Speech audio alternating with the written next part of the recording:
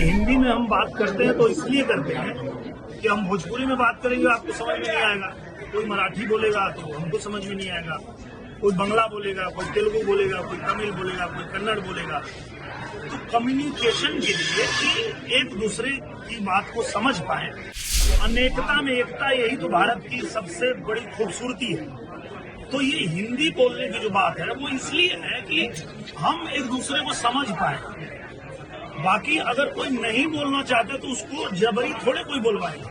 एक समय था जब बिहार से लोग जाते थे बच्चे परीक्षा देने, तो यही राज ठाकरे उनको मारता था, इनके गुंडे उनको मारते थे।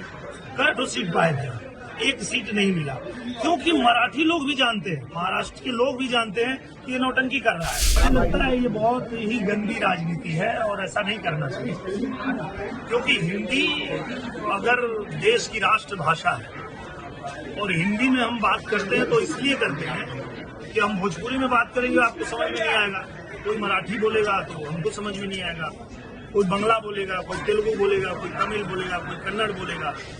तो कम्युनिकेशन के लिए कि एक दूसरे की बात को समझ पाए, चूंकि ये भारत देश जो है अनेकता में एकता का देश है। यहाँ अलग अलग भाषा बोलने वाले लोग रहते हैं, अलग अलग धर्म जाति संप्रदाय के लोग रहते हैं, यहाँ अलग अलग परंपरा को मानने वाले लोग रहते हैं। अनेकता में एकता, यही तो भारत की सबसे बड़ी खूबसूरती है। तो ये हिंदी बोलने की जो बात है वो इसलिए है कि हम एक दूसरे को समझ पाए। बाकी अगर कोई नहीं बोलना चाहते तो उसको जबरी थोड़े कोई बोलवाएगा।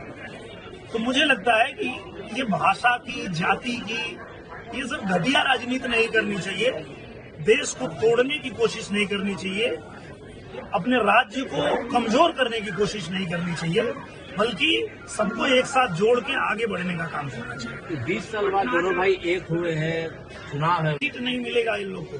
पहले भी ये लोग यही किए थे।